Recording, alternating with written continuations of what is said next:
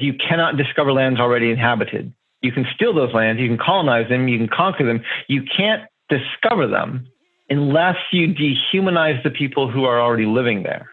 So the fact that we refer to Columbus in textbooks, in monuments, in proclamations, we call Columbus the discoverer of America, reveals our bias, our implicit racial bias, which is that Native peoples, people of color, aren't human.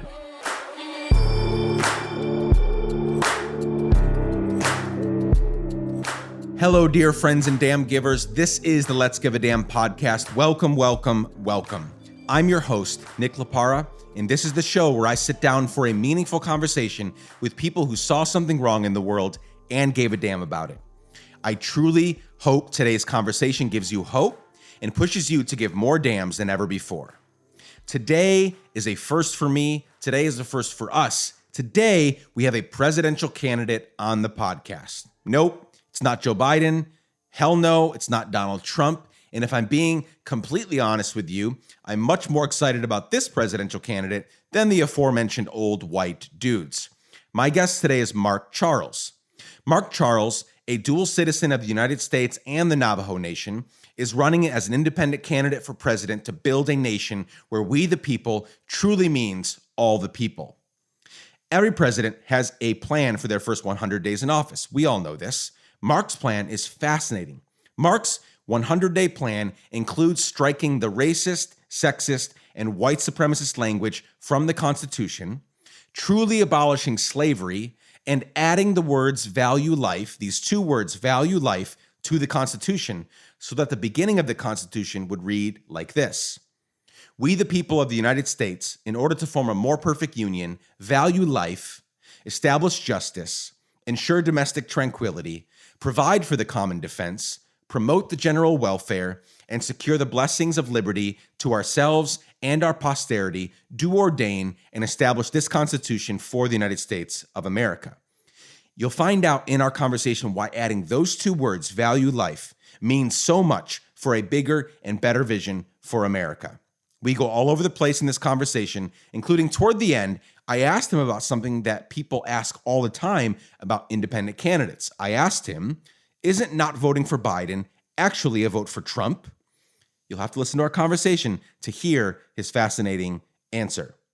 I loved every minute of our conversation. Mark gives so many damns, and I'm going to shut up now. Enough jibber jabber from me. Let's get right into this great conversation. You can reach out to me anytime for whatever reason at hello@letsgiveadamn.com. I'd love to hear from you. And here's my conversation with 2020 independent presidential candidate, Mark Charles. Here we go.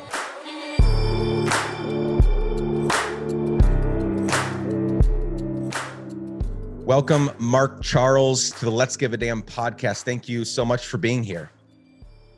Thank you. It's very good to be with you. If I could, I'd like to just introduce myself traditionally. So, Mark Charles, Sin Bake Dene and Nishle, to Toy Glini Basichin, Sin Bake Dene Dasache, to Chini Dasanella. In our Navajo culture, when we introduce ourselves, we always give our four clans.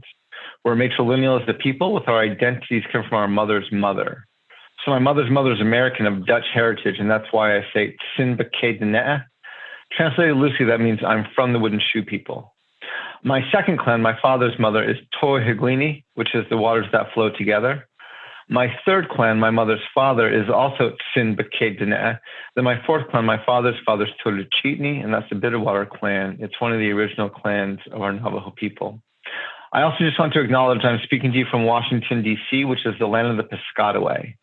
So the Piscataway are the nation. They lived here, they hunted here, they farmed here, they fished here, they raised their families here, they buried their dead here. They were the people here long before this land was colonized, long before Columbus got lost at sea. And I want to acknowledge the Piscataway.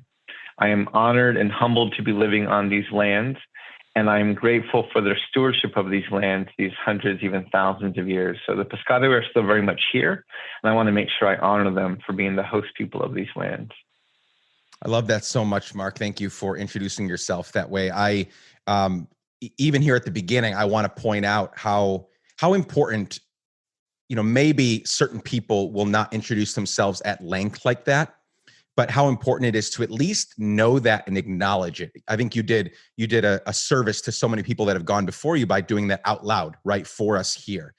But we should at least know about that, right? Because so many times we live on, we eat from, we drink from, we dominate places, and we have no idea where the hell these people, places, and things have come from, right? And we just kind of aimlessly, that's so much of the history of the United States, is just aimlessly taking whatever we want, right? Without acknowledging that. Yeah. And I honor specifically, Native people for how excellent they are at that. I recently interviewed my friend Charles Robinson, who is part of the Choctaw. Oh yeah. You know Charles? I know Charles. Yeah, he's a good friend of mine. I love Charles, and we got into that a little bit. Actually in this room where I'm sitting, he obviously, if you know him, then you know about Otsaniki cigars, and we sat around and smoked cigars with his kids, and we did an 1.5-hour conversation here in my little shed here. And I loved that. I loved the intentionality. We talked about, his 3 cigars that they have out, named after 3 of his kids: Nanaya, which means peace, and Amaya, which means victory, and Toshka, which means warrior spirit.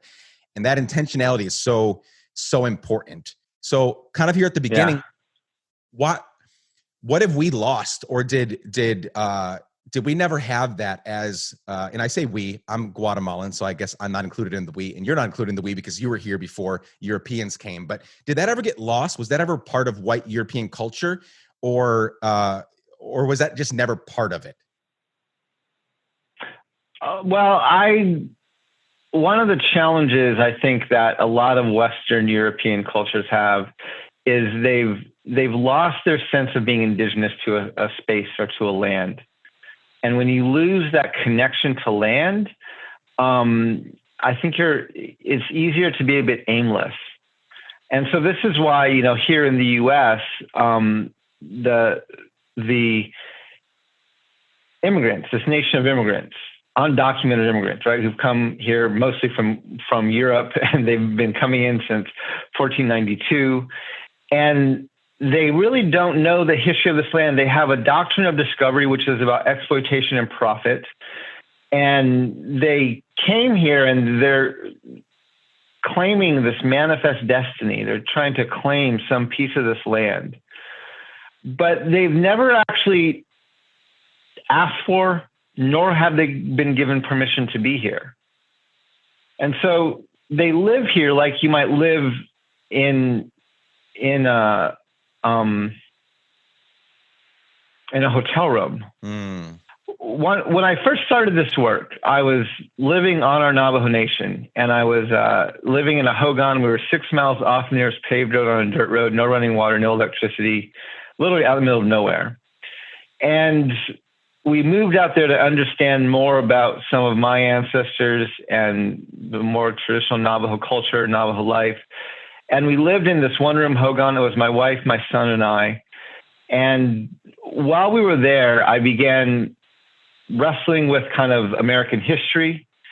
When we moved there, we were completely prepared to live off the grid. But what kind of caught us by surprise was how intensely marginalized we felt. Like moving there felt like we moved there from Denver, Colorado, and it felt like we dropped off the face of the earth. We quickly realized that the only group of non-natives you usually see on an Indian reservation are the people who come to give you charity, are the people who come to take your picture. No one really comes to just get to know you as a person and talk to you as another human being. And so we were experiencing that, and that kind of slapped me in the face when we moved there. I wasn't expecting to feel that marginalized. And as we were there, I was learning about the Doctrine of Discovery. I was experiencing this intense marginalization of my people. I was seeing the historical trauma from the boarding schools and from the removal in our communities. I was, observing the drug abuse and the alcohol abuse and the broken families and all the stuff that comes along with that history. And I was learning about the Doctrine of Discovery and what really had been happening throughout our nation's history. And the longer I was there, that I found I was becoming, and this is even in the first few years, right? I just found myself becoming very angry. And I was trying to sort through these emotions. I was actually talking with some friends of mine who are not native, living off the reservation. We were talking on the phone or over email because, again, they weren't coming to the Navajo Nation. And I was trying to talk about what we were experiencing.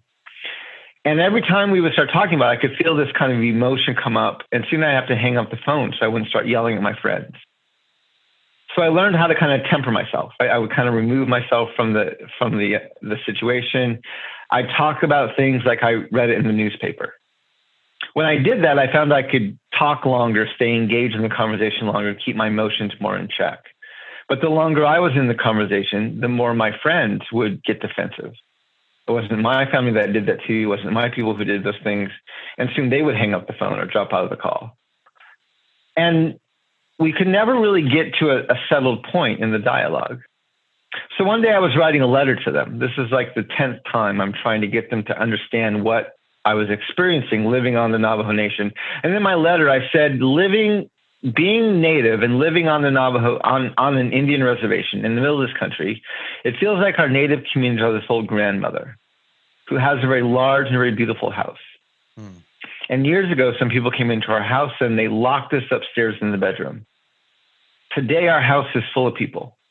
They're sitting on our furniture, they're eating our food, they're having a party inside our house. Now, they've since come upstairs and they've unlocked the door to our bedroom, but it's much later and we're tired, we're old, we're weak, we're sick, so we can't or we don't come out. But the thing that hurts us the most and that causes us the most pain is that virtually nobody from this party ever comes upstairs, seeks out the grandmother in the bedroom, sits down next to her on the bed, takes her hand, and simply says, thank you. Thank you for letting us be in your house. I wrote that and I'm like, that's it. That's how I'm feeling. And I started sharing that with other people in our community, other Natives. And several would come up and say, you know, I've lived here a long time, maybe even all my life. I've always struggled to articulate how it feels, and you're hitting the nail on the head. I share that with non-Natives, and they'd come up and they'd say, what does it mean to say thank you? How does my family, my community, my city, my town, my church, my group of people, my nation express gratitude to the indigenous people of Turtle Island?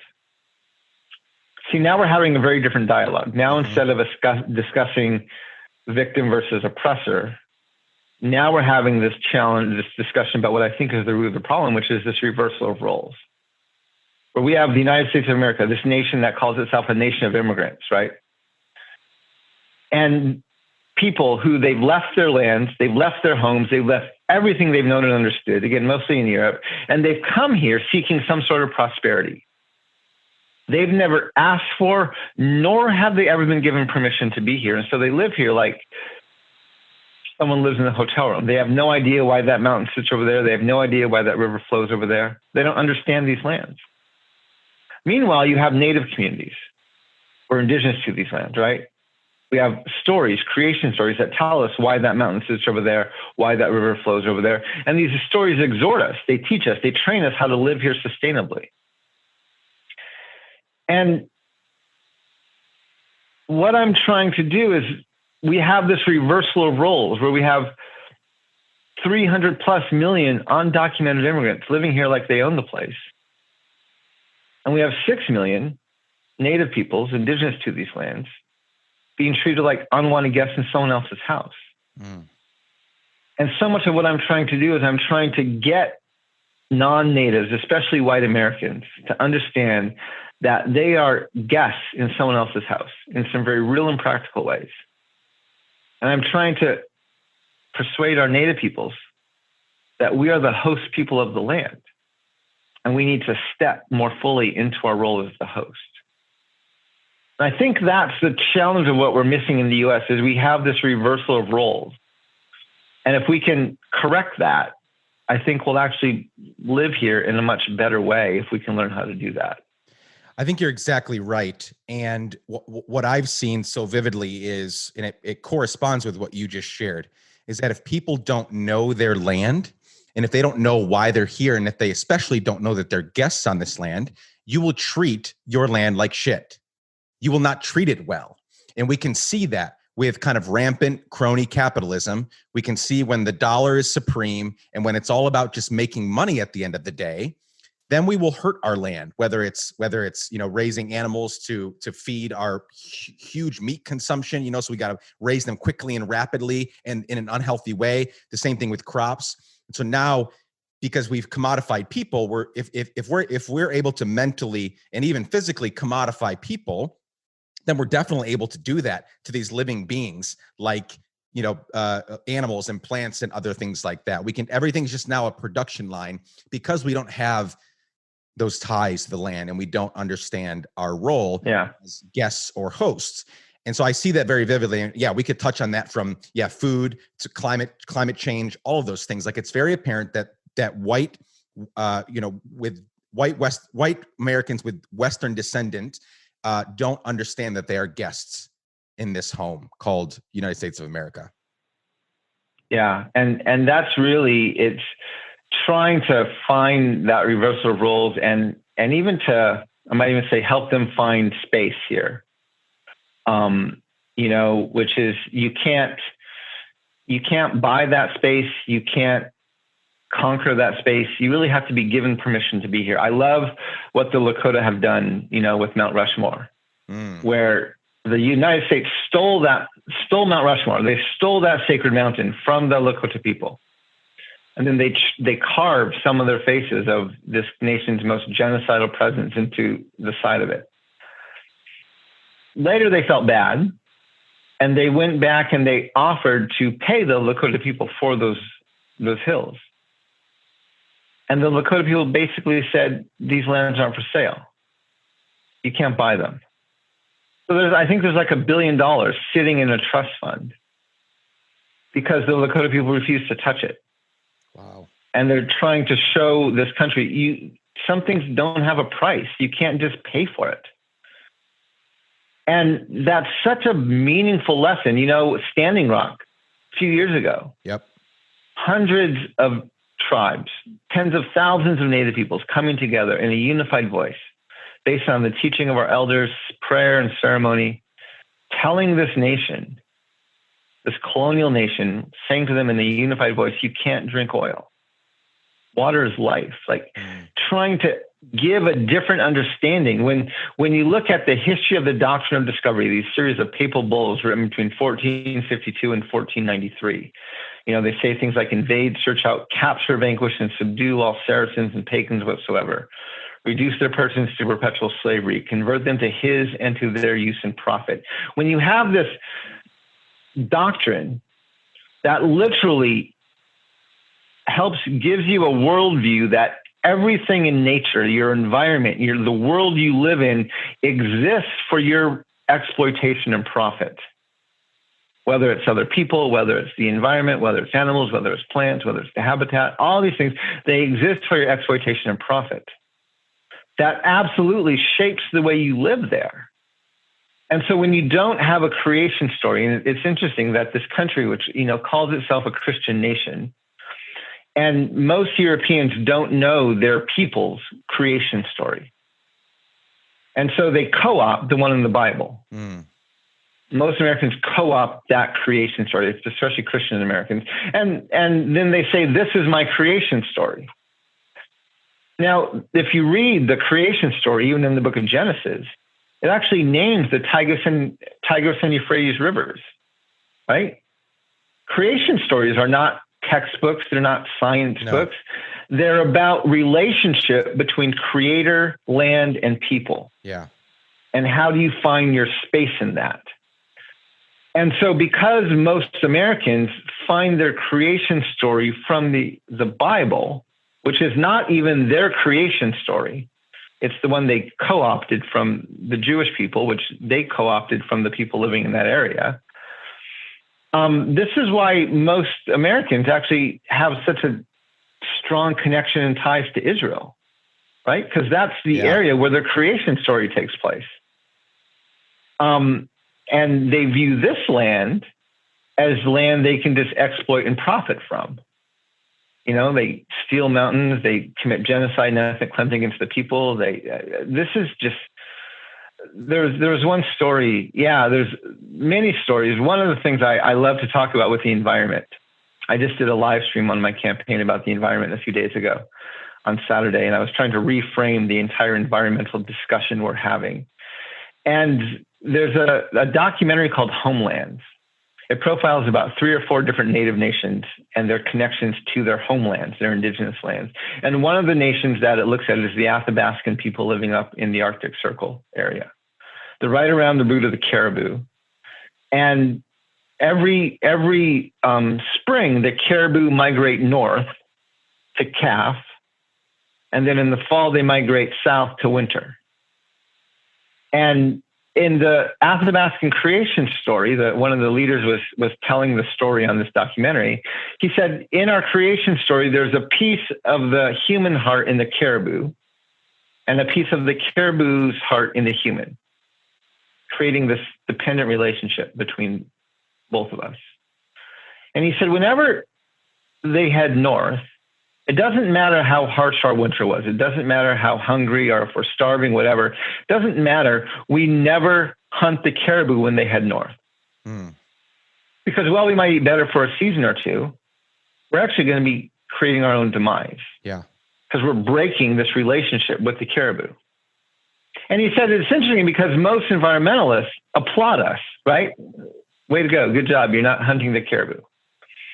He said, but in the South, or in the summer, in the fall, we hunt them freely because we need their furs for the winters. We need their meat to be able to eat. Like we have a dependent, we respect the relationship. We honor their bodies and their fur and we respect them, but we also realize we need them. And they said, that's where we lose the environmentalists, because they're appalled that we're actually hunting these animals. And it's like, no, we have to learn how to live in subsistence with them. We have to learn how to live sustainably with them. Yeah. It's not in the West, there tends to be this notion of the environment is something you protect and isolate in like a preserve or in a museum or something, or something you only exploit and profit from. There's not a deep understanding of how you live in harmony with that environment, using the resources while not wasting them, being grateful and even returning thanks for the resources you're taking, and living there respectfully. Not, most indigenous cultures live at more of a subsistence level, right? Yeah. They live enough to survive. Yep. Western culture, which is based on consumerism. Yep. And, with technology, which allows you to produce more than you need. And so now we have this culture, this environment where we're exploiting, we're trying to maximize, and we define ourselves as consumers, which completely changes our relationship to the environment. And so I love that story. I love how it frames how indigenous cultures view the environment very different from Western people. And it's usually because we have creation stories. We have deep connections to the land, which most Western people, especially here in America, they don't have that. Nope. And even if they do, it's only a few generations, where we have native peoples who've lived on these lands for hundreds, thousands of years. Yeah. Much deeper stories, much greater history in the land, which leads to a much greater respect for the environment. Yeah, it's funny, not funny. It's great that you brought up this idea of the environment and the caribou and meat and all of that. So my family and I, just a little bit into my story, we became vegetarian 6 years ago.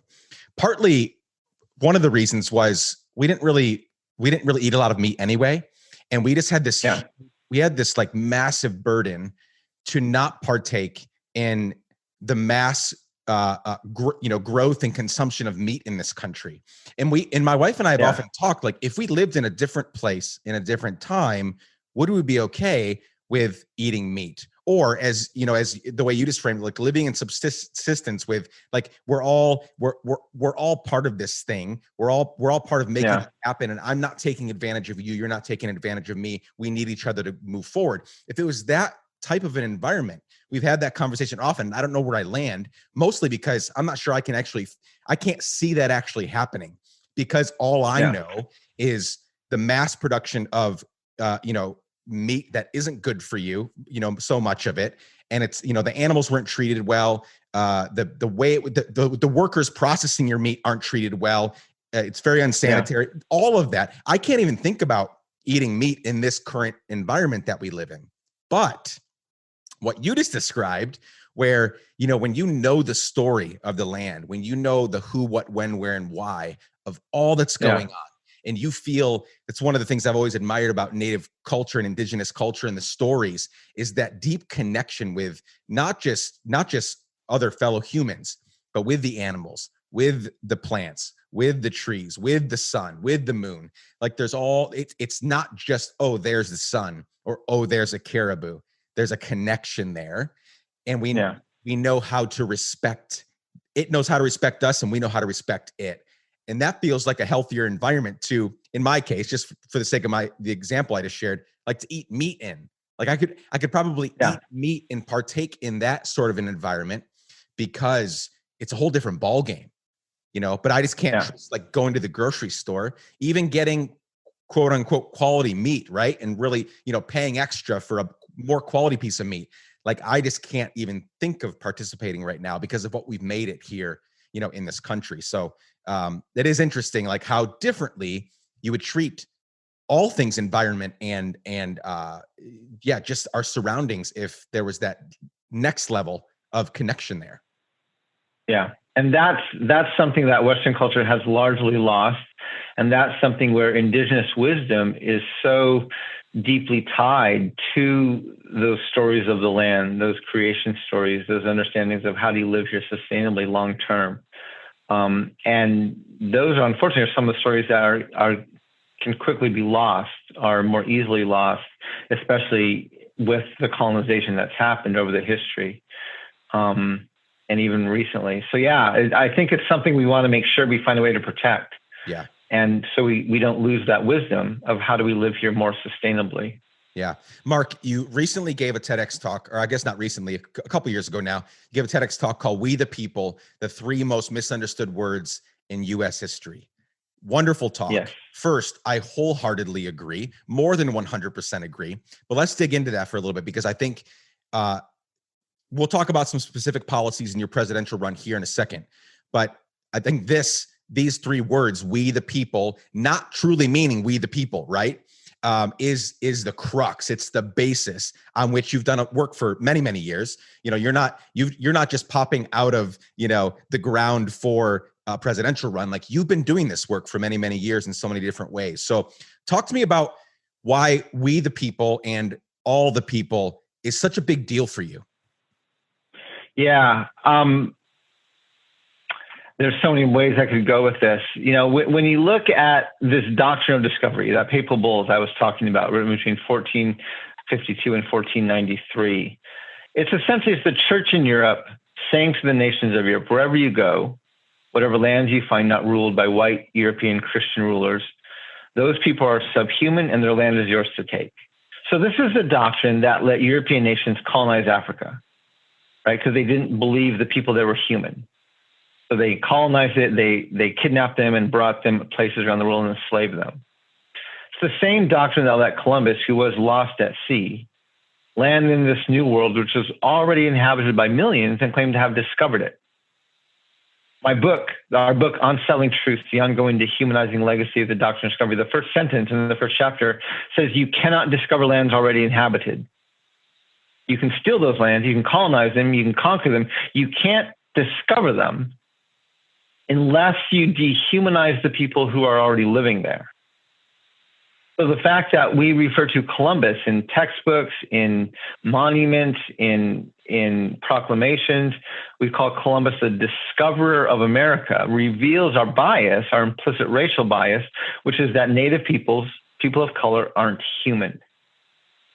Now, this doctrine of discovery gets embedded into the foundations of the country. So our Constitution, which begins with let me go back, our Declaration of Independence, which starts with the words, we hold these truths to be self-evident, all men are created equal. Well, if you keep reading the document, just a few lines later, about 30 lines down, towards the end, they actually refer to natives as merciless Indian savages.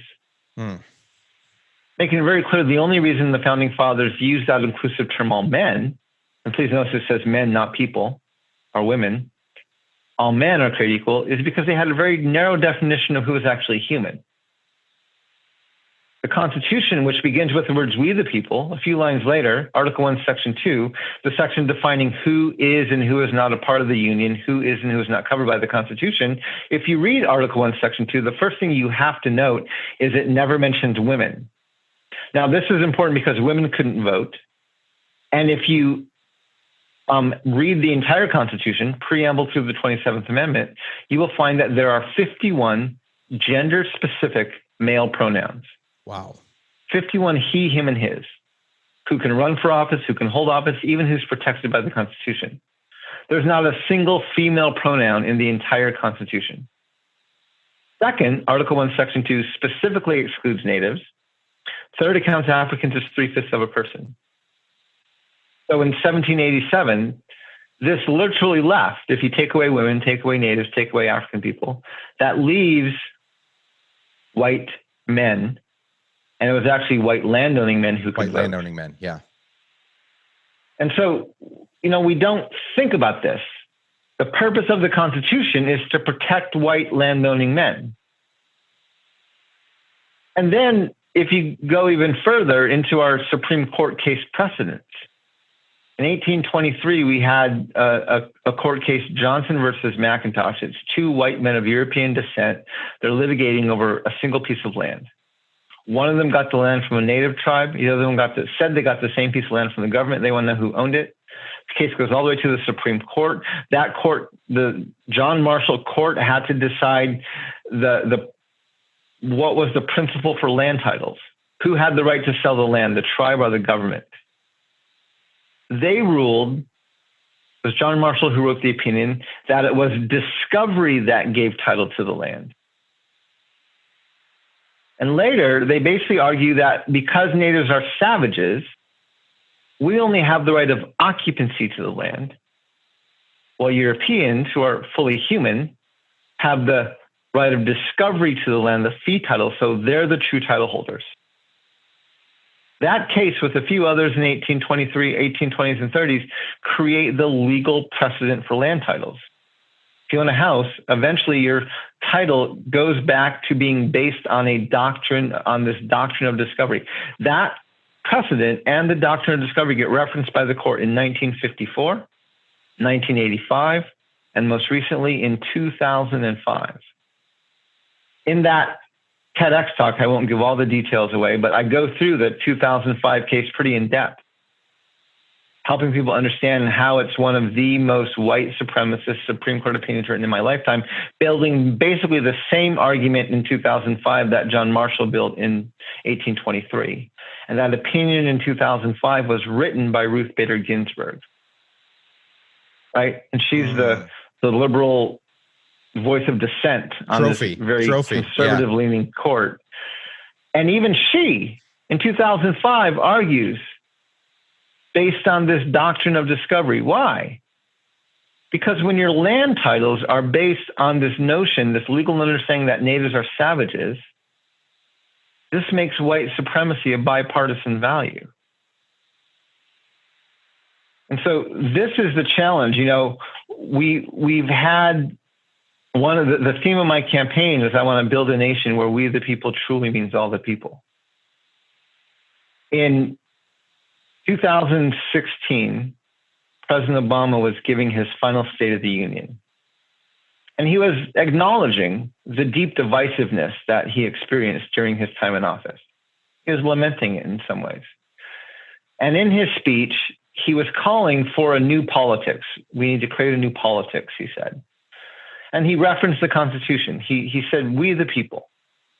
Our Constitution begins with these three simple words. Words we've come to recognize mean all the people. Now that sounds beautiful. And he got a lot of applause for the line, but I'm sitting there listening to him in my house. I've studied American history. I've studied the Doctrine of Discovery. I've studied church history. And I'm like, when? When did we decide this? The founding fathers did not believe we the people meant all the people. Abraham Lincoln, who was he is a blatant white supremacist. Read the Lincoln-Douglas debates. And literally, ethnically cleansed the states of Minnesota, Colorado, and New Mexico to make way for the Transcontinental Railway, making him one of the most genocidal presidents in the history of our nation. Abraham Lincoln did not believe we the people meant all the people. In the civil rights movement, right? Dr. King, he was talking about this vision, right? And he referred to our founding documents as a blank check, right? Remember that? Mm-hmm. He's referring to the Declaration of Independence and the Constitution. Now, the Declaration of Independence calls natives savages. The Constitution never mentions women, specifically excludes natives, counts Africans as 3/5 of a person. The authors of those documents had no intention that those documents would ever include women, natives, or African Americans. Mm-hmm. They're not blank checks. They're blatantly white supremacist, racist, and sexist documents. So as good as the civil rights movement was, and I deeply respect Dr. King, it did not get us to we the people, meaning all the people. In 2016, when President Trump ran for office, right, he ran on this notion of making America great again. Yeah. When she got the nomination, even in the primaries, Hillary Clinton responded by saying America's great already, right? At the Democratic National Convention, President Obama jumped into the fray, and he said America's already pretty great. Then Cory Booker, African-American senator from New Jersey, he's on the main stage, he's endorsing Hillary Clinton. In his speech, he acknowledges that our declaration refers to natives as savages. He acknowledged our Constitution excludes women, and he acknowledges the 3/5 compromise, which are all tremendously courageous. Most people, especially senators, don't acknowledge any of these flaws in our documents. He acknowledges all three. But he protects his political ambitions by telling the white landowning male base of the Democratic Party that these things do not detract from America's greatness. In the general election, Hillary Clinton, again debating Donald Trump, she not only says America's already great, she expands. She says America's great because America is good. Donald Trump stops, looks at her, and says, I agree with her. I agree with everything she just said. Mm-hmm. So if Donald Trump is running to make America great again, and Hillary says America's great already, our first Black president agrees America's already pretty great, an up-and-coming senator says the racism, sexism, white supremacy doesn't detract from our nation's greatness. The challenge is we thought 2016, the election was about racism versus anti-racism. Sure. It wasn't. What we were debating was, do we want Donald Trump to make America explicitly white supremacist, racist, and sexist again? Or do you want Hillary Clinton and the Democrats to work to keep our white supremacy, racism, and sexism implicit? That was the debate we had in 2016. Right? If one says make America great again, the other says make America's great already, they both agree our past, our history, our foundations are great. They disagreed if we were great in 2016. Donald said no, Hillary said yes. So the debate was, do we want to be explicit or implicitly racist and sexist? Now it's funny because we voted to be implicitly racist and sexist, and the Electoral College gave us explicit. Yeah, sure. So this is the challenge, is when you actually look at the two-party system, they both have a value for racism, sexism, and white supremacy. It's just explicit versus implicit. Yeah. So much like the U.S. versus Canada. Yeah, for sure. So I imagine, I mean, people have probably already guessed, it's been in the intro and all that, but you are running as the 2020 independent candidate for president of the United States. And I assume that what you just laid out was either one of the main reasons or the main reason you're not hitching your wagon to any one of those two parties. And that's because one, and I agree with you. You have zero pushback from me that they're both white supremacist parties.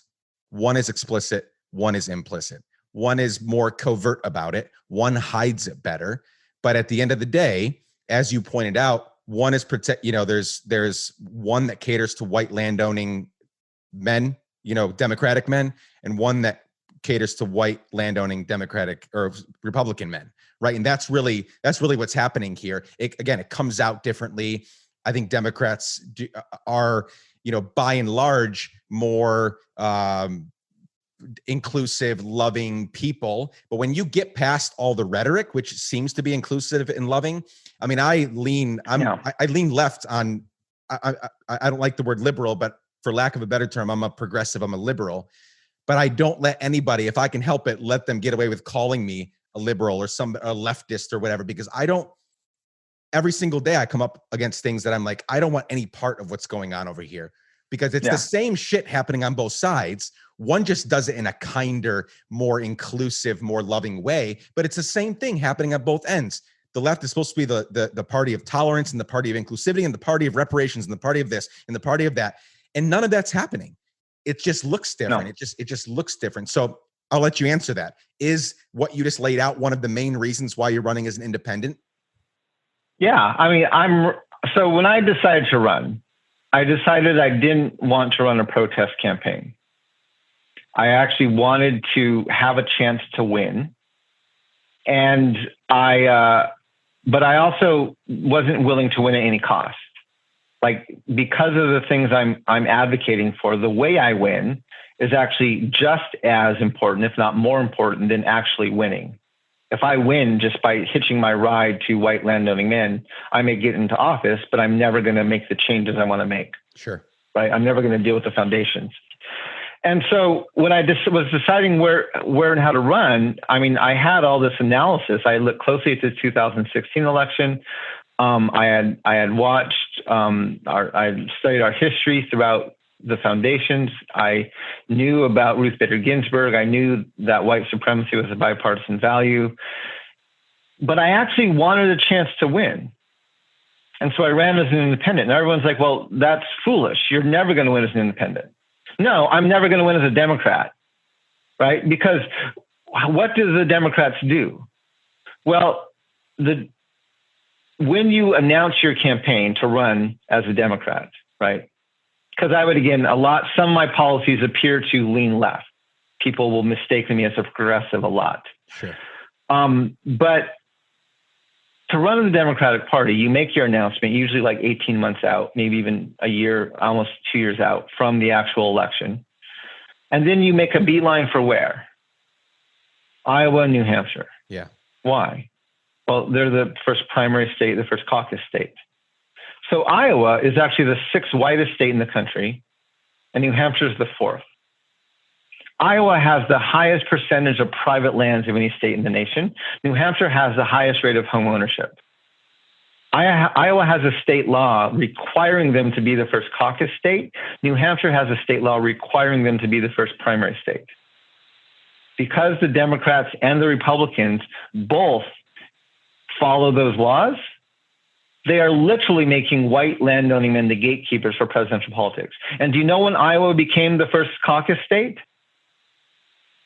1972.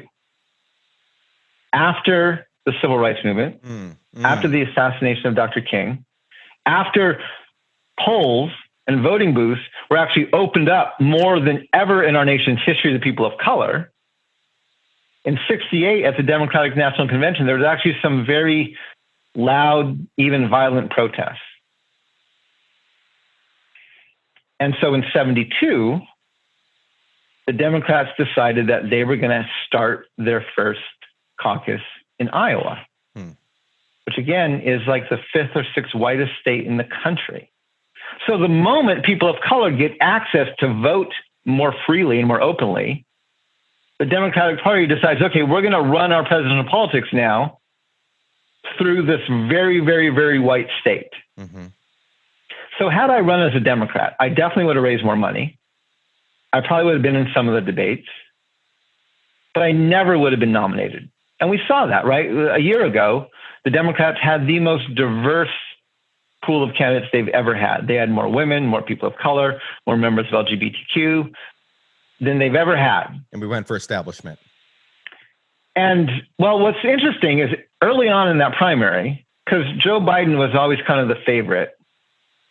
And early on, when he was not very, I mean, he's not very dynamic anyway, but he really was not shining early on. And his wife, Jill, speaking in an interview, said, well, your candidate, speaking to the other people supporting other candidates, she said, your candidate may be better on any other issue, take healthcare, for example, than Joe is. But at the end of the day, you have to look at who's going to win the nomination. Now, why? Well, because she knows very well the primary runs through where? Iowa and New Hampshire. She knows while the Democrats may have a more diverse group of people, the party is absolutely controlled by white landowning men. She knew that. And so she's like, you have to look at who's going to win. Who or is it going to be? It's going to be the white landowning male. So we have to support Joe. And that's exactly what happened throughout the fall. People of color started dropping out, losing their access to the debates. Kamala Harris dropped out. Cory Booker dropped out. Julian Castro dropped out. Meanwhile, Michael Bloomberg, who's the wealthiest white landowning male, he's not even a Democrat. He decides to throw his hat in the ring. And what do the Democrats do? They change the rules for their access to debates. Right, because previously you needed to have a certain amount of fundraising. Well, Michael Bloomberg didn't fundraise. No. So he didn't have enough money to qualify. So they just removed that rule. Why? So another white landowning male could get onto the platform. And sure enough, by January, pretty much all the people of color were removed. And soon after the first 2 or 3 primaries and caucuses, all the women, all that diversity that we saw a year ago was removed from the stage. And we ended up with 2 white landowning men from the 1%. And we went with the whitest, most landowningest establishment male of them all, who was actually the most he's not very inspiring. To say the least. He definitely feels the most entitled to the position. Yeah. But he's the least inspiring of everyone they had. When you look at all the diversity they had on the stage a year ago, all these very passionate people advocating for these very great visions, universal basic income, Medicare for all these other things they're talking about. And the establishment whittles it down to the most established white landowning male they could find. So the Democrats are that system. So had I run, I would have raised more money, been in some of the debates, but I would never been nominated. Yeah, sure. By running as an independent, I raise less money. I'm not in any of the debates. But you know what? It's August and I'm still in the race. Yeah. Yeah. I have a greater chance right now of being president than Cory Booker does. I have a greater chance of being president than Michael Bloomberg does. I have a greater chance of being president than Kamala Harris does. Why? Because I ran as an independent. Now I'm still a long shot. I'm not going to deny that for a moment. Sure. But I'm still in the race. Yeah. And that was the entire goal, was I actually wanted to run for president. I didn't want to be weeded out by white landowning men before I could even have the opportunity to do so. I wanted to ask this. I had this question sort of in my mind for later on in the conversation, but let me ask it now since we're talking about this. There are a lot of people that are going to listen to this. And I mean, just, you know this, you're on Twitter, you're on the internet. There are most Democrats, most kind of informed, not insane voters are saying, you've got to vote for Biden because a vote not for Biden, a vote for anyone else but Biden is a vote for Trump, right? And which we all know, on the one hand, you called it out a few minutes ago. That's not true because no matter what we vote for, who we vote for, the Electoral College chooses, right? We the people voted for Hillary Clinton by a margin of 3 million votes, 2016. She's not the president today. And so it's not, so on the one hand, that's the first thing I say to those people is like, no, like the reality is we could outvote Trump, by 10 million votes in November, and still he becomes the president for another 4 years. So that's one thing. But what do you say to those people if you have a chance right now to say, to people listening to this conversation right now, and a lot of them have heard that already. They've heard you got to vote for Biden or else you're voting for Trump. What do you say to that? Our nation's two-party system is designed to maintain the status quo. White supremacy is a bipartisan value. The difference between Trump and Biden is mostly personality, not really policy.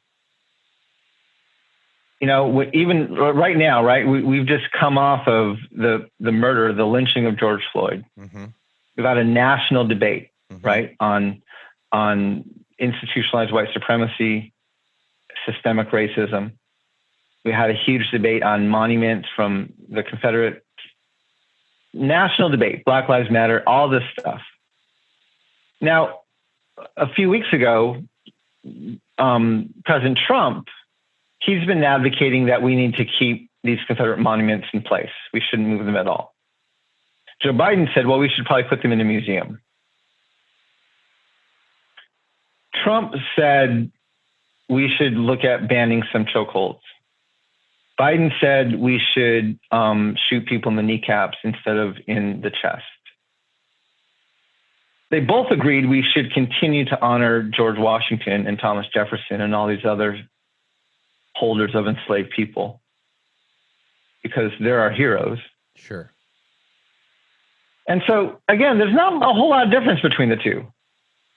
Last fall, or last winter, I think it was April or May, maybe April, the Mashpee Wampanoag, who had a reservation established by the Obama-Biden administration in Massachusetts. This was towards the end of his second term in office. They established a reservation for the Mashpee Wampanoag in the state of Massachusetts. And in the fall during the pandemic, the Trump administration disestablished those reservations, took them away. There was outcry. This is unjust. How can you do that? I compared it to it's like, evicting someone from their rental apartment during a hurricane. It's unjust. It's horrible timing. It's thoughtless. It's careless. Joe Biden responded, and he talked about how the Obama administration actually established that reservation. Now, reservations are tricky because native tribes, almost every native tribe, we don't own our reservation lands. They're not our lands. They are lands held in trust for us by the federal government. We don't have rights to them. Most of us don't have the fee title to our reservation lands. They're held in trust by the government. In his rebuke of the Trump administration, Joe Biden, he said one of the greatest responsibilities of the federal government, of the president, is to take land into trust on behalf of Native nations. It is one of the best ways that you can reestablish and protect your sovereignty. Wow. Okay, now imagine if he said that to any other nation, right? Imagine he went over to Europe. Sure. And went to France. Say, hey, French people, the best thing you can do to rebuild your nation-to-nation relationship with the U.S. government is to let us hold your land in trust for you. It's actually the best thing you can do for your own sovereignty. Now, those are words of war, correct? But he says that to Native nations. Why? Because of the Doctrine of Discovery. Yeah. And so all he's saying essentially is Trump is a bad landlord. I'll be a good landlord, but I'll still be a landlord. This won't actually be your land. Yeah. You won't have sovereignty over it. And just 2 weeks ago, or a month ago, the Supreme Court ruled in a case many people were waiting for, McGirt versus Oklahoma, deciding whether or not most of eastern Oklahoma is a reservation or not. Oklahoma was arguing that because they've never treated it as a reservation, because it's been settled by white people, because the courts have basically called it not a reservation, and because how complex it would be to establish it and refer to it as a reservation now, that it should not be a reservation. And the Creek Nation was arguing, no, it's a reservation. And McGirt, who was leading the case, was arguing the same thing. The Supreme Court ruled in favor of the Creek Nation. They overturned the decision of the lower courts, and they ruled that the state of Oklahoma does not have the right to disestablish the reservation lands. They wrote that the courts don't have the right to disestablish reservation lands. They wrote that white settlement doesn't have the right to disestablish reservation lands, right? These are all good things, correct? Yeah, right. This should be a victory for the Creek Nation. And it was, in many ways, it was a victory. But I read the entire 42-page opinion because I don't trust the Supreme Court. And I found that numerous times throughout the opinion, they reiterated themselves over and over and over again. Anytime the U.S. Congress decides to disestablish these lands and break this treaty, it can do so. Insane. All it has to do is muster the will. Now, any Native person knows the U.S. government breaks treaties with Native nations left and right. It's been doing it for hundreds of years. This is the first time I've actually read an opinion where the Supreme Court ruled that not only does this happen, but the Congress has the absolute right to break these treaties, and there's no one to hold them accountable. This is the problem. Yeah. And so Joe Biden is he's saying Trump is a bad landlord, I'll be a good landlord. They're both landlords. Earlier on in the conversation, you shared this example in this letter that you wrote to your friends about the house, right? You guys are locked up in the top, right? So before our conversation, I was thinking about the United States as a house with a really, really shaky, bad, faulty foundation. I have conversations all the time about just kind of restarting, like restart the whole damn thing. We talk about the United States as an experiment all the time, right? And when an experiment fails, which we have in so very many ways, just try again, like start over. And I get that it's complex and it's big and we're 350 million people. But why are people so opposed? They treat this document, right? They treat the Constitution like it's immovable and unchangeable, even though there are a few dozen amendments, right? And we treat these things like they're sacred and we can't touch them and we can't change them. And we treat these systems and structures that we've spent hundreds of years building as untouchable and we can't change them, right? Like you mentioned George Floyd, and we've got Ahmaud Arbery and Breonna Taylor, no-knock warrants. We've got Rayshard Brooks. That's just the last couple of months, right? Yeah. We've got all these systems and we've got the for-profit prison system. We have the preschool to prison pipeline, which is very evident in all of our systems. We have hundreds of thousands of kids in the foster care system, in the adoption system. We have horrible education. We have horrible community services. We have billions and billions of dollars in policing.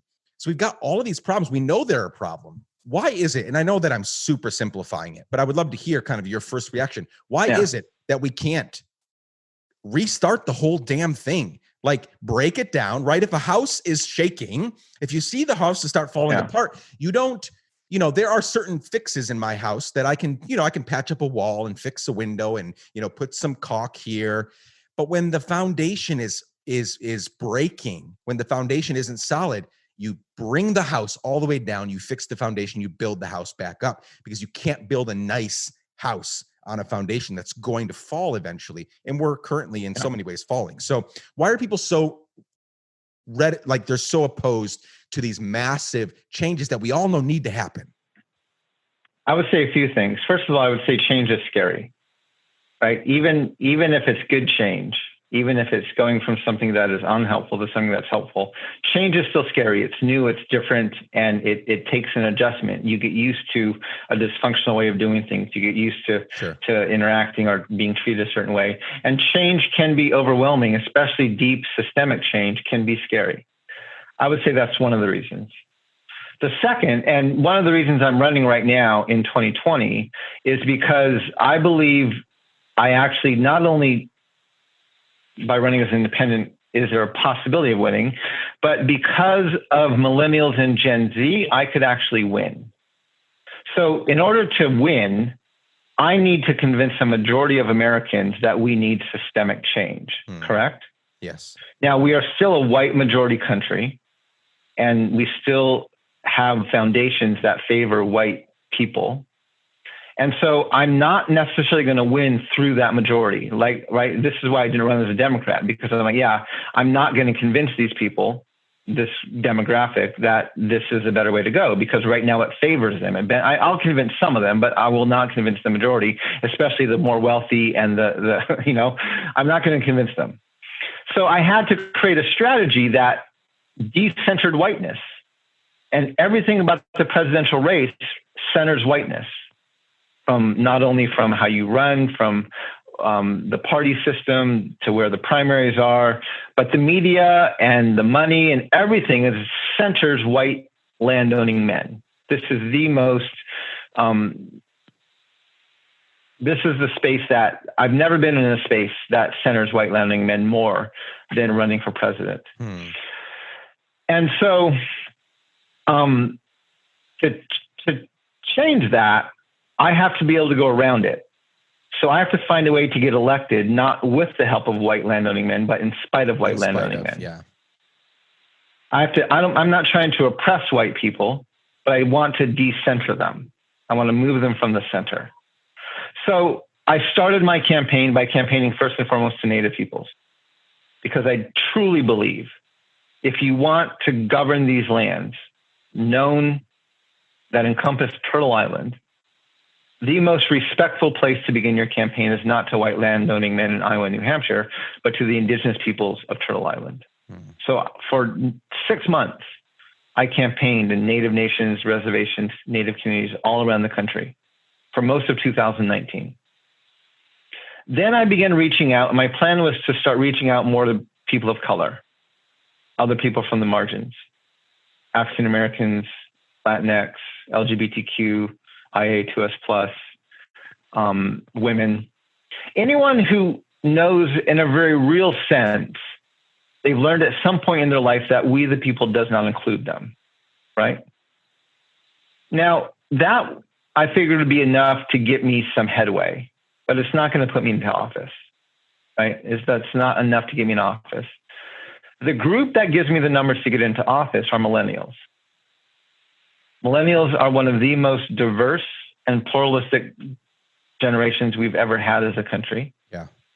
And millennials are actually primed for systemic change. Why? Because they've been screwed economically, right? They were just going into college when the Great Recession started. We changed the way lending works. We jacked up prices. They came out of college with drowning in debt, and there's no jobs, right? Now, just so they start the gig economy. They're driving for Uber to save an extra money. They're renting they're buying houses with their friends and renting them out on Airbnb to help pay the mortgage, right? They're passive aggressively making the gig economy work for them so they can subsist and even have a little bit extra. And then just as they're beginning to catch up, just as they're about ready to they're getting some money tucked away, they're paying off their college debts, they're finally getting into a more secure job, then the pandemic hits. Yeah. Right. And it just collapses the entire. So millennials have been screwed economically. Not only are they drowning in debt, but they also are very aware of this national debt that we're adding trillions of dollars to every year. And so millennials are primed for systemic change, even regardless of race. There's a lot of white millennials just as much in debt as millennials of color, and trying to find a way to make it work. So even across racial lines, I find millennials are open to systemic change. And I've been talking to millennials for 5, 7, 6, 7 years now about the Doctrine of Discovery and laying these arguments out for them. Millennials are now the largest voting bloc in the country. They outnumber boomers. Yeah. And they're basically the first generation we've had in who knows how long that is not as prosperous as their parents were. So their prosperity is actually going backwards, not forward. They're not making more than their parents, they're making less. Yep. And so a year and a half ago, their parents, and they're terrified of becoming their parents, right? Yeah. Because millennials are very pluralistic, and so you are very pluralistic. Your generation is very pluralistic. And your parents were like, they were at the Supreme Court fighting for the right to not bake cakes for people they theologically disagree with, right? And you millennials are just like, cool, now I or my friends can actually marry the people we love, right? It's like, you have this whole different worldview. And so, and you're the largest voting bloc. You surprised Bernie Sanders. Bernie Sanders, I would argue, in 2016 was running a protest campaign. Everyone who knew anything about politics knew 2016 was Hillary's year. Yeah. Just like this year was Biden's year. Everyone knew it was Hillary's year. And Bernie Sanders is an independent. He's not a Democrat. He ran as a Democrat because he wanted to raise his voice. He wanted to be in the debates. He wanted to change the dialogue.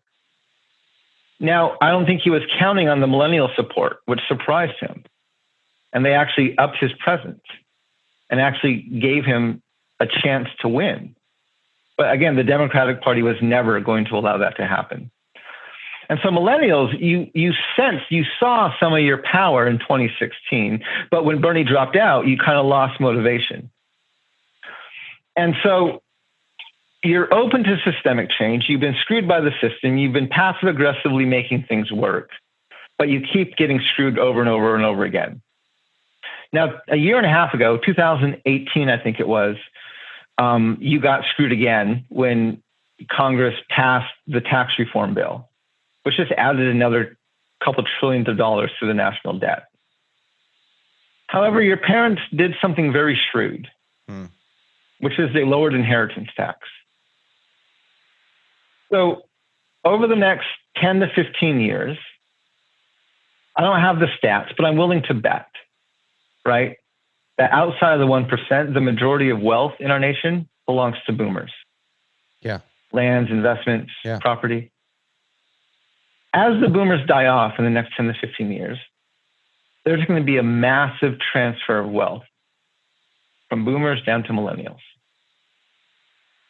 And I freely tell millennials, once you get that wealth, once you get that inheritance, you absolutely will become your parents.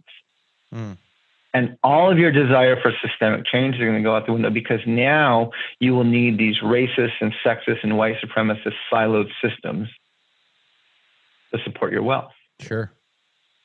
This is what happened to boomers, right? They used to, remember back in the 50s and 60s, they were, 70s, they were protesting the Vietnam War. They were going to be this radical generation. Yep.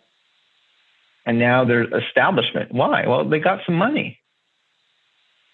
And the money is supported by these racist, sexist, and white supremacist systems. So I'm running in 2020 because even now, millennials, your primary asset, financial asset, is your debt. You don't own anything yet, most of you. Yeah. And so you're actually open to systemic change. So if I can convince you to change the system, you actually have the voting power to do it.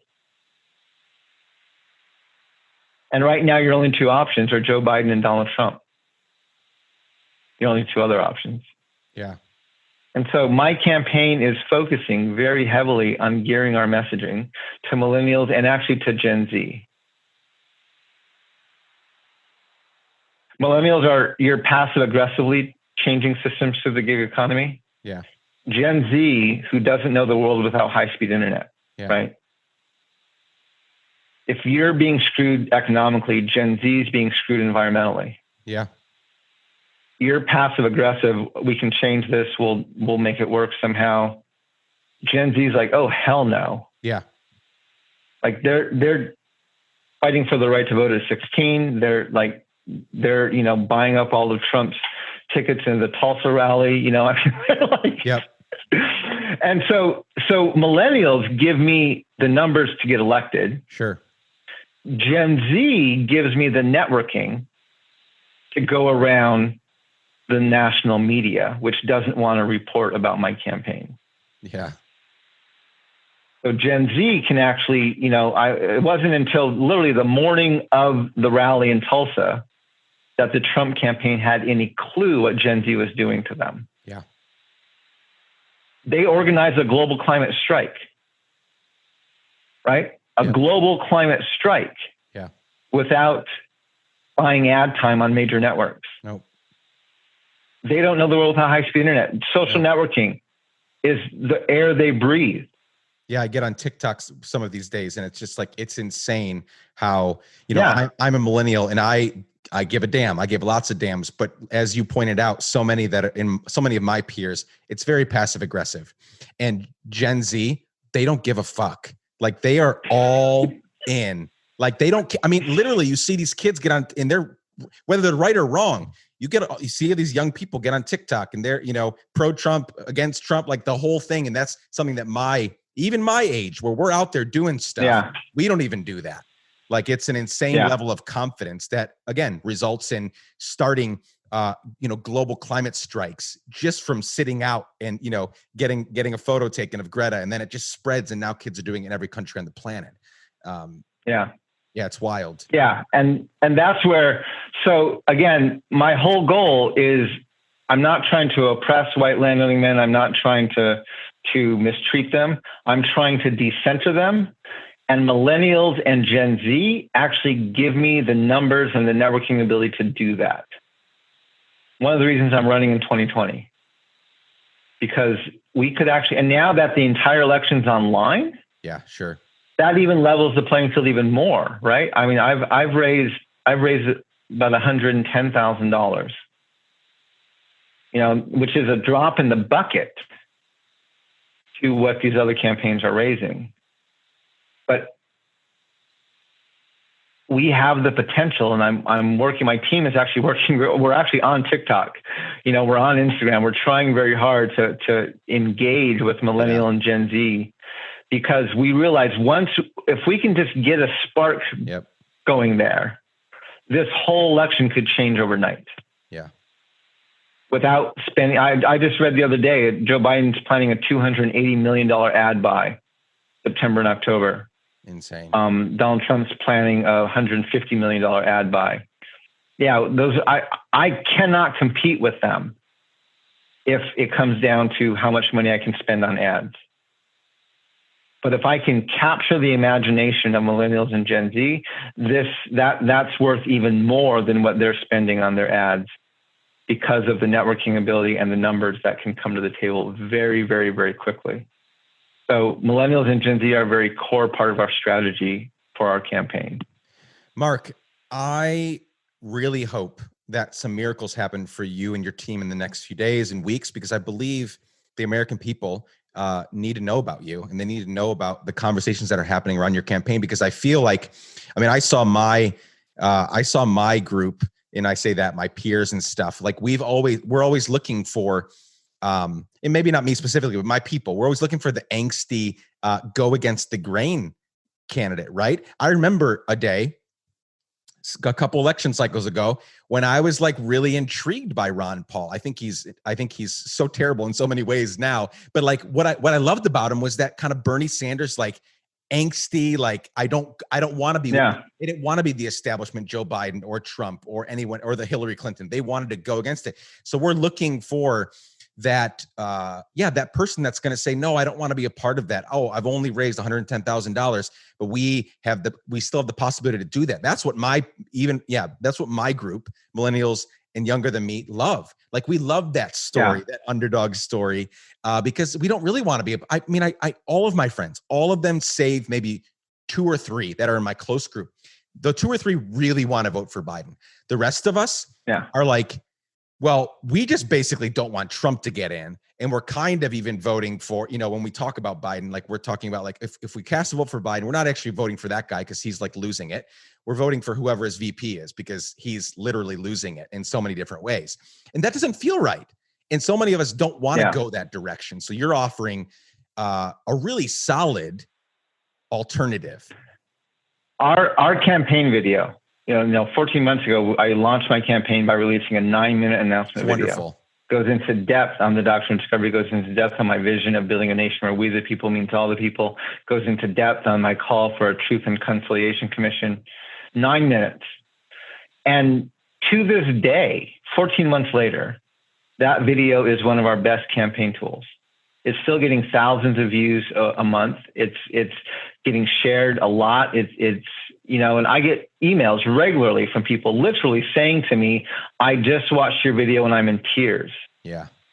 I've never had hope for our country before, and you're giving it to me. Yeah.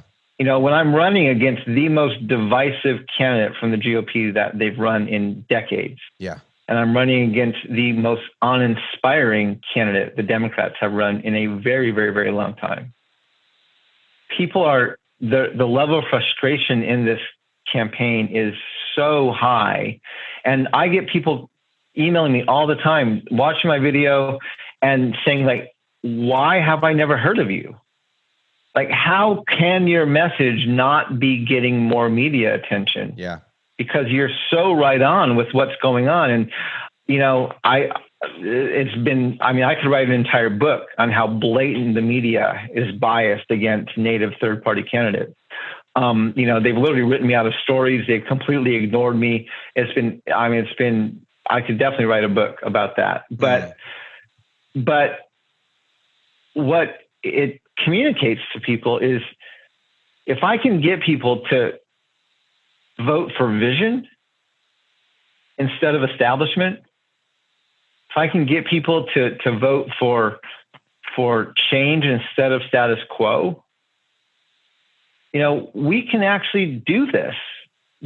I'm still in the race because I still think this is possible. Yes, I admit with every passing day, the odds get a little bit longer, but I still believe this is possible. And I absolutely believe I have the best vision of any candidate out there. I absolutely believe I have the best ideas for addressing the crises our nation is in on so many levels. And so this is why we're continuing to press on in our campaign. I love it. Well, hopefully this conversation will result in a few more donors and a few more social media followers and a few more people sharing the campaign video, which I watched a while back and I recently watched it again. It is to say the very least, it's inspiring because people don't like bullshit and they can smell it a mile away. And what we're getting from the establishment candidates right now is just a bunch of bullshit. We know because we've seen it so many times in the past that what they're feeding us, that most of what they're talking about isn't what they believe and isn't what they remotely intend on carrying out once they become the president. And and people fall for it so easily. But again, the people you're going after, millennials, Gen Z, we don't like bullshit. And so I'm grateful for your contribution to this campaign. And I do hope that it picks up speed. And hopefully maybe we can have a second conversation. We didn't even get, dude, I had a whole list of things. We didn't get into any of your policies, but people can go to your website to watch the campaign video, learn more about you. Give people your web address and your social media stuff so that people can get involved. Yeah. So Mark Charles 2020 is our website, 2020.com. Our announcement video is there. Our policy page is there. We have our ballot access page. If you click on ballot access, you can look at all the things we're doing to get on the ballot. We expect and are hoping that people in 41 states will have the ability to vote for us. We are hoping to be on the ballot in 3 to 5 states and have write-in access in 38 to 36 states. So we're hoping 41 states people should be able to vote for us, which will give us access to about 450 votes in the Electoral College. And so we're working very hard right now to identify electors in the states of Texas, Utah. We're doing signature drives remotely in Tennessee and in Louisiana, trying to get on the ballots there. And so if you just go to our website, ballot access, click on the state you live in, you can see what we're doing in your state to try and get on the ballot there. Also, definitely people can donate to us. We've raised about $110,000, which for an independent is not bad, but it's a drop in the bucket. And so we don't spend a lot of our money on advertising or polling because we can't win those games. We are focusing on creating content and getting it out on social media so we can engage with millennials and Gen Z. That's our strategy right now. That's what we're trying to do. That's how we're trying to engage. And our team is growing. We've had our best, both in June and July were our two best fundraising months of our entire campaign. And so we've been able to add more staff and do some things we haven't been able to do before. So people can definitely donate to us. But yeah, on social media, we're on TikTok, we are on Instagram, we are on Twitter, we are on Facebook. We have a YouTube channel which we use regularly. I do live streams probably 3 or 4 times a week. We usually live stream onto our Facebook page, and then we post it onto our YouTube channel within 12 to 18 hours later. So you can see our archives on YouTube, but you can watch the actual live streams on Facebook. And then, so those are all of our campaign accounts. And then I have personal accounts on Facebook and Twitter and Instagram. And so you can find me there. Usually my username on social media for my personal is Wireless Hogan, which is the username I've used for over a decade. So WIRELESSHOGAN. And you can find me on Instagram, on Twitter, and a few other places. I think Twitter, we don't have a campaign account. All of our campaign accounts are Mark Charles 2020. Yep. We don't have a campaign account on Twitter, but we do on Instagram, TikTok, Facebook, and YouTube. Perfect. Well, I will link to all of that, including your book that you co-authored, and the website. All that will be in the show notes, everyone. And again, go get on board. Even if you don't ultimately jumping super on board with the vision, like, go get to know Mark. I love the conversation we've had. There's just so much here to dig into. Those policies are, I want to point out, I know we're over time. I want to let you go, but I want to point out that one thing I loved about your policy pages is that at the beginning, you have like how do you have it? You have like a past, present, and future kind of blocks. Yeah. So before you even talk about what the policy is, you give people handles for where we were, where we are presently, and where we're going to go. Right. And that kind of gives people just super great context. You've got your 100-day plan there. Go ahead. What we're trying to do with our policies is, right now, policy, our nation has never had the ability to have discourse in a diverse environment politically. Yeah. Right. We've never been able to do that. It's so bad right now that we're in the midst of a global pandemic, tens of millions of people unemployed, and Congress can't even decide if they want to extend unemployment benefits. That's how broken our system is. And so policy has not, it's not a discourse. It's not a debate. It's not a discussion. It's a bingo card. It's a checklist.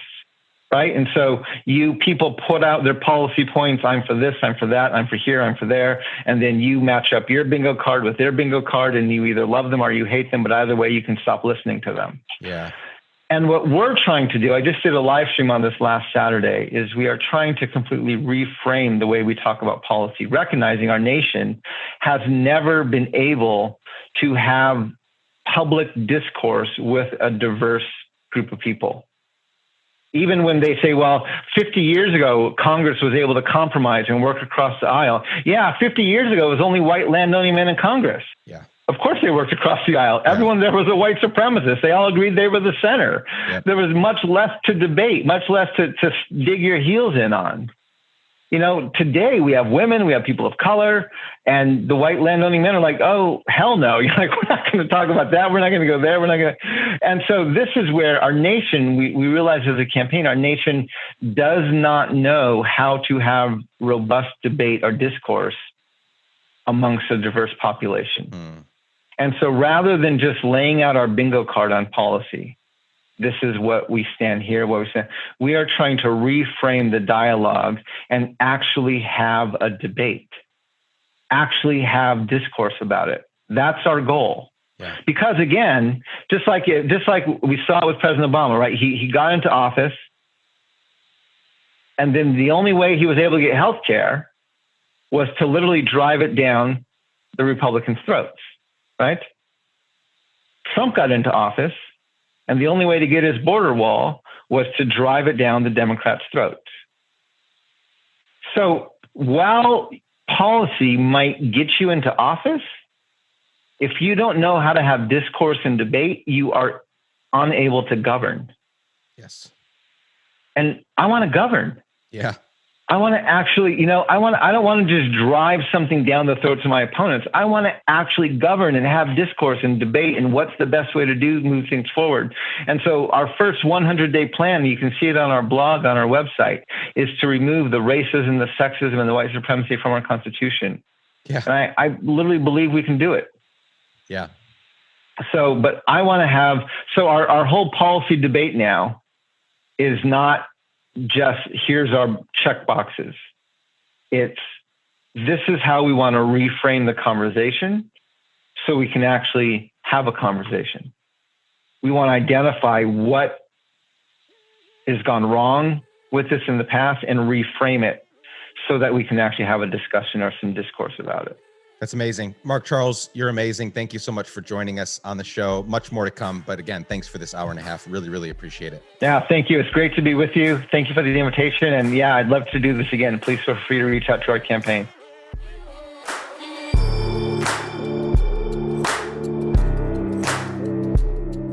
That's the show today, friends. A huge thanks to Mark Charles for taking time out of his busy schedule to join me on the show. I'm so inspired by his vision for what America could be with lots of hard work and humility. I hope you have been inspired also. May the inspiration you're feeling right now turn into action today. And thank you for listening. Thank you for being here. It means the world to me. You can find out more about how you can support Mark Charles, and you can find out more about the show and Let's Give a Damn in general by visiting letsgiveadamn.fm right now. I created this show. Chad Snavely produced it. Let's Give a Damn is part of the Matter Media family, and you can reach out to me anytime at hello@letsgiveadamn.com.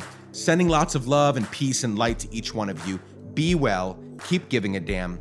Bye for now.